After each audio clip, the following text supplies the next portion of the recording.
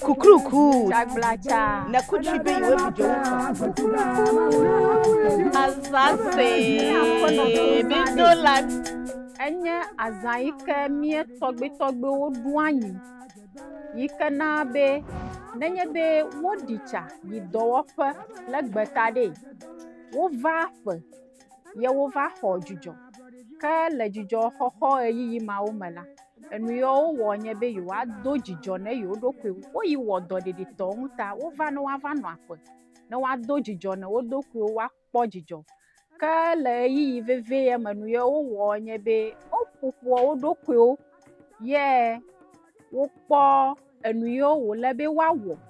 hena meƒe duɔ wo ŋgɔ yi aƒenɔ to ɖe enye nu yi ke hie meƒe viwo tso teƒe vovovo teƒe kpewo kpli teƒe didiwo va aƒe bie mi wɔ gbedodo la le vesi me ame yiwo nɔ teƒea wokpɔ dzidzɔ ke ame yiwo menɔ teƒewo me xɔe se be woakpɔe le yame ye ta mele mɔnukpɔkpɔ ye tsɔm kɔ le meƒe Zalo azase aviode yonkelo nebi jotide nebi kɔkɔ nebi nyakpɔ